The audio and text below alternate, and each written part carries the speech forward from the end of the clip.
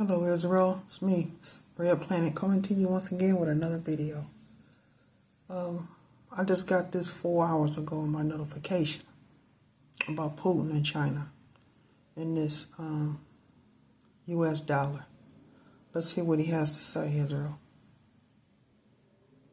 Well, this week we saw a major tectonic shift in economic world power, and Putin and China just scored another devastating blow to the West. We are watching it unfold in real time right before our eyes. This is a major shift away from the US dollar, away from US hegemony, and over to the BRICS nations, led by Russia and China. Of course, the mainstream media is once again hiding it from you. I'm not being hyperbolic, guys. This is as big as it gets. We'll get to that in a minute, but first, the Biden administration on a Friday just landed some jaw-dropping US dollar news, jobs data, and warning bells for the US economy. They were trying to hide it, of course. You always release bad news on a Friday, but we're not ignoring it. We're going to dive into all of this today. So thanks to the nearly 2.5 million of you who are subscribed to this channel. We publish multiple videos per week. We're live every day at 4 p.m. Eastern Time. If you're not already subscribed, we'd love for you to do so, and we'd love for you to join us on our daily show. Well, we'll get to Putin and BRICS in a moment, but first, what the Biden-Harris administration is trying to hide from you. No. It's now being called Kamala's carnage. As border czar, she oversaw the large mass illegal immigration invasion, the largest one in American history. And just like that, we got Friday's jobs report. And holy shit, carnage is putting it nicely. Stocks slid Friday with all three major indexes down and the S&P posting its worst week of the year. It comes as the latest jobs report fell below expectations. Just so you have some context here, in January, we learned that in the past few years, native-born Americans have lost 1.4 million jobs. Those jobs were replaced by illegal immigrants. But not just replaced those 1.4 million, no, replaced and added a total of 3 million. As Zero Hedge posted on X back in January, how is this not the biggest political talking point right now? Well, that was January, and now Friday's jobs report was devastating for America. First, the number of employed workers did rise by 168,000, but when you look closer at the data, you notice it's disastrous. That's because it consisted of an increase. So we all know, Israel, that the dollar is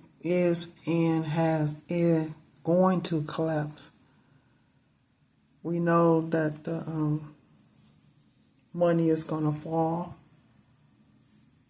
We know that when that happens, all chaos will take place, will happen. And we know that it's going to be pretty terrible, Israel. Because, banks close, no ATMs. Like I said, only going to have to do cash in my other video. Cash only. You won't be able to use the EBT cards, debit cards, credit cards. All that's going to be a thing of the past. It's cash only, and that's only going to be for a while too. And then after that, that's it.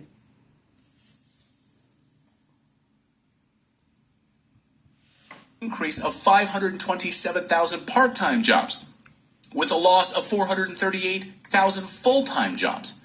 That's terrible, but it gets far worse. Because this means that since last June, the United States has added just over 2 million part-time jobs and lost over 1.5 million full-time jobs. And those part-time jobs are not being filled by Americans, they're being filled by illegal immigrants. Again, non-native citizens, foreign-born non-native citizens. But it gets even worse, because the number of job holders that had to get multiple jobs has also jumped above 8.5 million. This is an all-time high. And Kamala Harris is painting all of these people with multiple jobs as a good thing for America. But she can try to spin it any way she wants, that there's more Americans getting jobs. No, they're getting multiple jobs because they can't afford to put groceries on the table. The data doesn't lie. This is from August. Look at the hiring of foreign-born workers versus Americans. This is all part of their plan, guys. Just so you understand the numbers. In the past month, the U.S. added 635,000 foreign-born immigrant workers, while losing 1.3 million native-born American workers. This was tied for the biggest one-month drop in native-born workers since the COVID crash. We are being replaced. But it's not just the past month or two or three. As Zero Hedge reports, the U.S. has not created a single job for native-born workers since July of 2018. And in that interval, it has created 4.7 million jobs for immigrants, both legal and illegal. And it's only going to get worse, Israel, to a point where even the immigrants going to get replaced with AI. It's only a matter of time. Because why pay them when you can get a robot to do nothing? And it's ran by computer, AI computer, right? You ain't gonna need the immigrants after a while. And when the dollar crash, what they got? They got no more than we have, right? Now, this gap first started right here at the start of the Biden administration and has now exploded. This is why the NASDAQ dropped 3% on Friday, and in just 10 days, the Fed is going to slash interest rates, further devaluing the U.S. dollar. Of course, the other big piece of the story is what just happened with Russia, China, and Turkey this week. This is truly devastating for the U.S. dollar dominance. Turkey has in recent years, of course, grown much closer with Russia and China and other BRICS nations. Well, this week, Turkey did the unthinkable, announced it's officially joining BRICS, dropping the U.S. dollar as its reserve currency of choice. I like how ResponsibleStatecraft.com put it on their news coverage. Turkey's BRICS gambit is just what Russia ordered. I hope you understand how important this is. Turkey, a NATO country, is saying we're done with the United States dollar. We're done being bullied by the United States and the banks like the IMF and the World Bank that are run by the United States. If we want financing for a big project, we're going to Russia and China. Quote, one reason for the formal application to BRICS was that the geopolitical center of gravity is shifting away from developed economies. That one sentence from Turkish officials says it all, just one sentence. So Turkey will be added as a BRICS member in October. And this comes just months after adding Egypt, Ethiopia, Iran, and the United Arab Emirates. The center of the world is quickly moving away from Washington, D.C. Many of these nations are seeking to diversify away from the United States dollar quickly because they see a significant risk to their economies if the U.S. economy collapses, which is looking increasingly likely with all of these multiple data points. Last week's data shows us that credit card debt is at a record high in the United States, savings at a record low. That's not a good combination. And the dollar store and Dollar General stores can't sell anything. Wow, a quarter of its value being cut off. Well, okay. Sales plummeting. All of the warning bells are going off right now across the United States. So in 10 days, the Fed starts slashing rates, driving down the value of the U.S. dollar. Countries are jumping ship, joining BRICS, and Turkey officially joins Russia and China in October before the United States election. Buckle up, because relying on the U.S. dollar is asking for disaster. So that's the news update part of today's video. Now I want to talk about today's sponsor, which is tied directly to the decline of the U.S. dollar and decentralization of the currency. And that company is DeFi Technologies. We'll have more on that in a second. But first, some context. On July 27th, 2024, I sat there for 48 minutes straight and listened to an unbelievable speech. It was pure common sense. And it doesn't matter if you're a supporter or not. President Trump's speech on Bitcoin and decentralization was eye-opening. I'll link it below in the description so you can watch the full thing if you'd like to. But he perfectly encapsulated one of the most important trends of the next decade, decentralization. And I want to say it without qualification. DeFi Technologies is my only large-scale investment in the cryptocurrency industry right now. And it's a wonderful business. So let's get right down to it. In 2024, Bitcoin is up 30%, not too bad.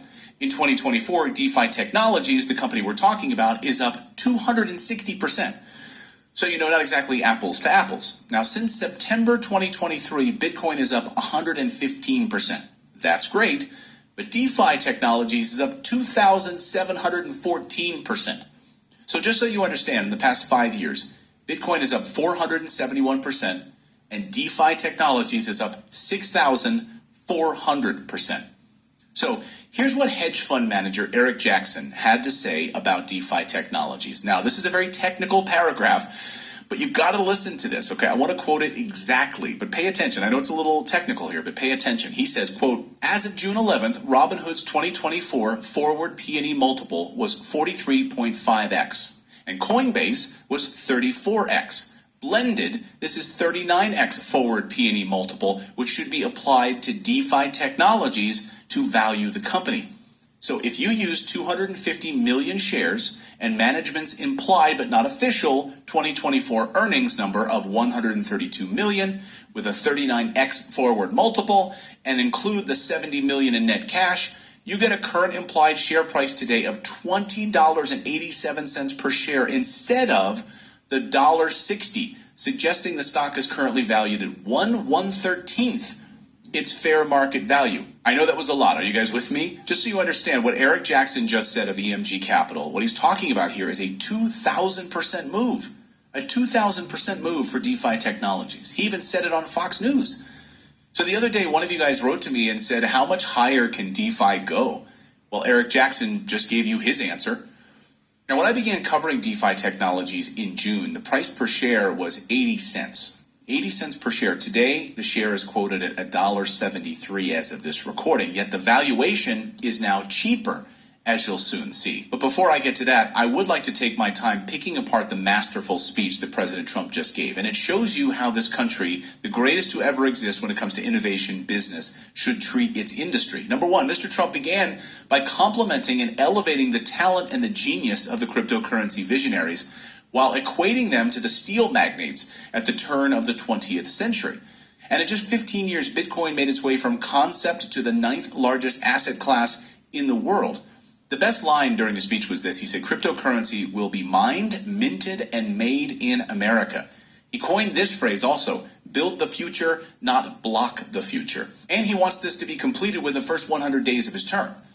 Now, I've held back the urge to update you on DeFi Technologies for the past month because I wanted to wait and hear their earnings call first before I came back to you guys, and I believe you should hear it as well. If this is your first time learning about DeFi Technologies, I want to help explain what this company does to generate so much revenue and drive such impressive net income. So DeFi Tech announced their second quarter 2024 financial results on their earnings call, achieving its strongest financial quarter to date. That's the big headline here. But the main business driver is the 100% owned Valor Asset Management Company. They own this, that provides ETPs for the cryptocurrency industry in Europe, and now it's expanding to new frontiers as well. ETPs are the European version of an ETF. Now, the key to success of this business is that Valor obtained their licenses early for this. And this regulatory process takes years for new people who want to get involved. So Valor can be the leader while competitors are still tied up with red tape. Like, even if BlackRock wanted to try to get in on the ETF or ETP game for crypto, it would take years to go through the licensing and regulation process for them. And so Valor was way out in front of this, and DeFi owns them. Now, the real kick to revenues, though, and extreme profitability comes from DeFi's infrastructure because the company earns 8 to 10% on assets under management through a combination of management fees, staking, and lending. If you have any friends in the financial industry, just ask them if any company, any fund, or any ETF provider earns 8 to 10% on asset under management, they'll be flabbergasted. They'll be like, what? What? Really? No. This didn't satisfy the management, though, and when the chance arose to build an arbitrage trading desk from scratch, they also took it. So in the span of a few short months, the division has generated $97 million in revenues, this new arbitrage trading desk that they have as well. On top of all of that, the company owns Reflexivity Research, which is a profitable consulting firm founded by friend of the show, Anthony Pompliano. Now, Pomp is a shareholder of DeFi Technologies as well. Here's a quick overview of its valuation as of today, as of this recording on this Sunday. The market cap, $657 million. Cash on hand, $40 million. Treasury, including crypto holdings, is $15 million. The enterprise value, $600 million. So if DeFi Technologies generated a net income of $66.5 million in the recent quarter, then the company's PE ratio is 3. 3. You've got some thinking to do now on your own about this company. Please, guys, do your own due diligence on this company. I'll link below to their website, their latest earnings report, and don't forget to watch President Trump's speech that is also linked below. And we will see you next time, everyone.